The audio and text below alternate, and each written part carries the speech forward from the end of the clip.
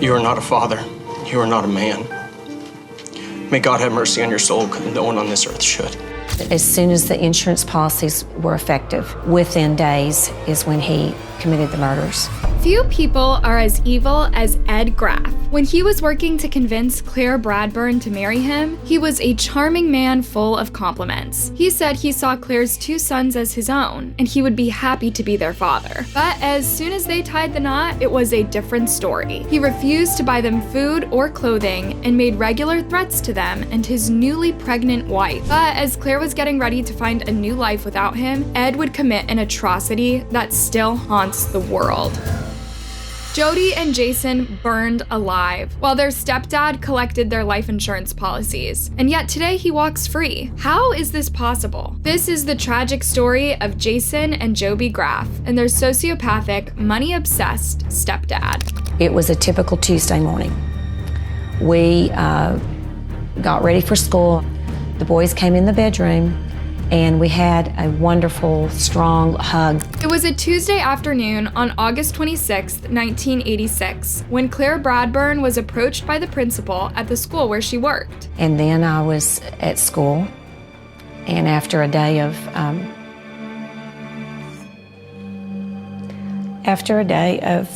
working and having meetings, the principal came into my room and said I needed to go home. There was a fire in the storage building behind the house. Clare drove home faster than she ever thought she was capable of driving. But when she got there, the scene was already a horror show. I saw all the streets lined with people. Emergency vehicles there already. People already with tears and had their hands up by their face. And I had this knife in my heart. Her 8- and 9-year-old boys, Jason and Joby, were trapped in the burning shed, and the fire department was struggling to get them out. By the time the 2 firemen entered the wreckage, it was already turned to dust. Clare was only just processing the devastating reality when her husband approached her. I immediately asked Ed, "Where are the boys?"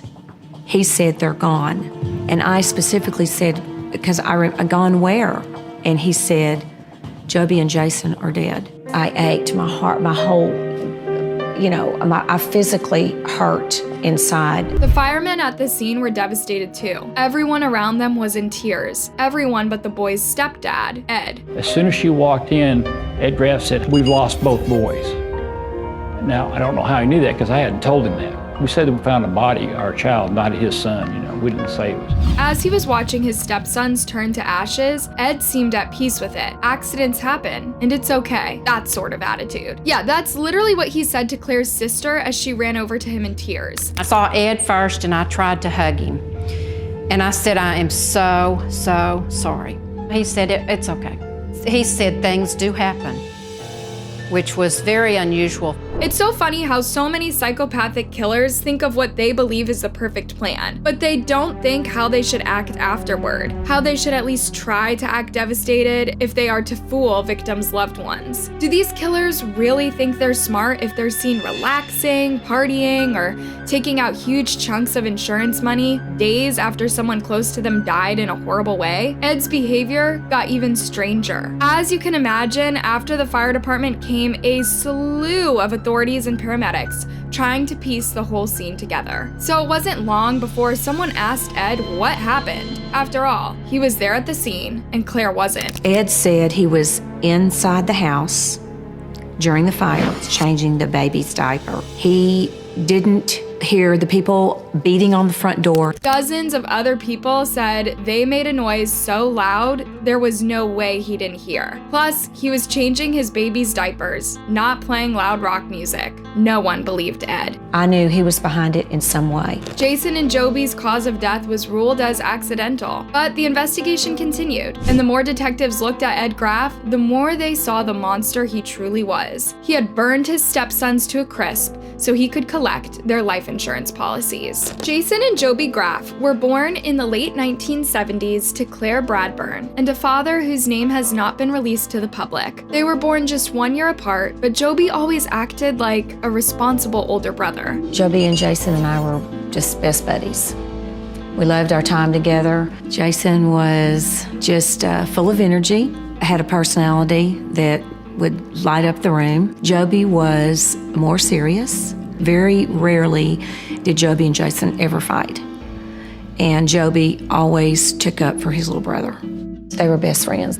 The boys' father was not present in their lives, so Clare decided it was better if she raised them as a single mom, and she was happy to do it, despite her not-so-amazing financial situation. She worked as a teacher in Hewitt, Texas, and sadly, teachers rarely get stellar pay. However, she worked hard, saved as much as she could, and spent all her free time with her boys. But when the boys were 5 and 6, Clare met a new man by the name of Ed Graf. The two hit it off, and it was easy to see why Clare jumped at the opportunity to have a helping hand around the house, too. Ed was a pillar in the community. He worked at a local bank, very responsible. Yeah, he was that kind of charming, confident guy that often ends up a psycho killer in true crime cases.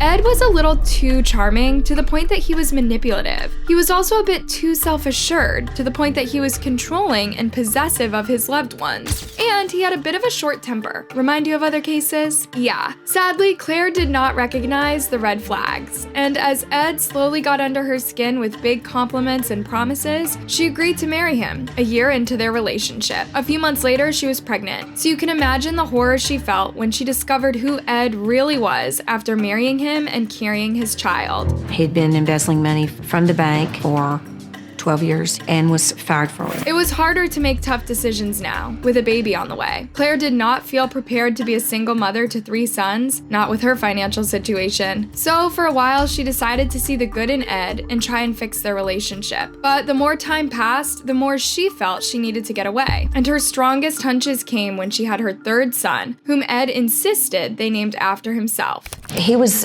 very excited about this baby, but my kids were being pushed out of the picture somewhat. Yeah, Ed didn't care about Joby and Jason. Most of the time, he acted as though they didn't exist. They weren't in his plans for the future, and he had very few words of endearment for them. A totally different picture from before he married Clare. Of course, back then, he portrayed himself as an ideal dad figure, willing to adopt and raise the boys as his own. Now, as Clare's sister Peggy would notice, Joby and Jason were downright scared of him.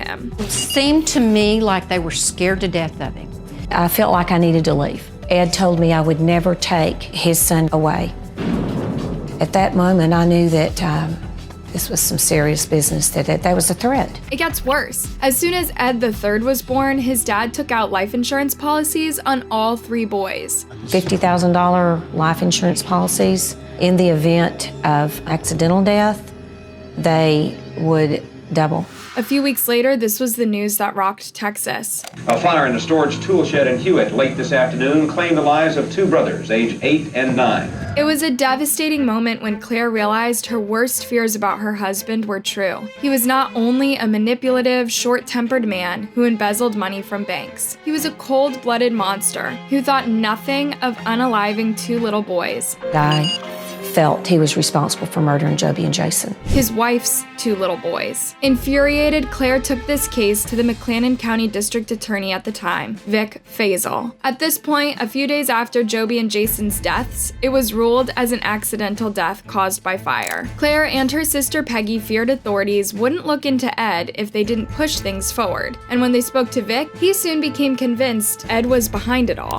We had a long list, maybe 20 things, enough to convince me that Ed Graf was a murderer of these 2 children. The eeriest thing about all of it was at the address where it happened, 505 Angel Fire. Well, that wasn't evidence, but it was a creepy addition to an already heartbreaking case. However, Ed's bizarre statements, his record filled with financial crimes, and his repeated threats towards Clare and her son were evidence. In June 1987, 10 months after the boys' deaths, Ed Graf was finally arrested and indicted for their first-degree murder. During his trial, the prosecution argued that Ed knocked out the boys inside the house. Then he carried their unconscious bodies into the shed and set it on fire. Something else was shown during the trial. Horrific photos of the boys' bodies after the fire department pulled them out. It was impossible for people to watch these photos without shedding tears. Even the prosecutor could hardly contain his tears as he spoke about Joby and Jason. How could you not when you think about how they died? But Ed Graf was as composed as ever, just as calm as he was when he told Peggy that accidents happen while he watched Jason and Joby burn to death. Several people testified against Ed, including the first responders at the scene. There was enough evidence to see where the burn marks were, the floors. That